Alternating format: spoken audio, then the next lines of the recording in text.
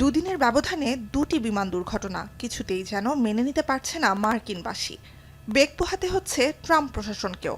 কারণ অনুসন্ধান ও সমস্যার সমাধানে ব্যস্ত সময় পার করছে সংশ্লিষ্ট দফতরগুলো। We will find out what happened and we will do everything we can to prevent it.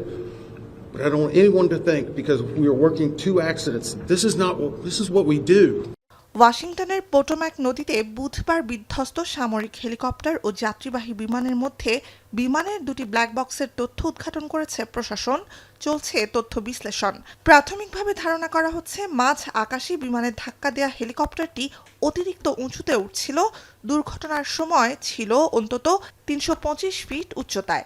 The ceiling of that route was 200 feet.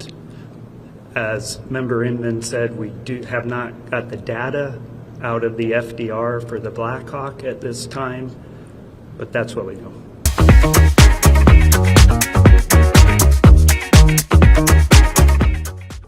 অন্যদিকে ফিলাডেলফিয়ার বাণিজ্যিক ও আবাসিক এলাকায় ৬ আরোহীবাহী এয়ার অ্যাম্বুলেন্স বিধ্বস্তের ঘটনায় প্রাণহানির খবর নিশ্চিত করেছে প্রশাসন।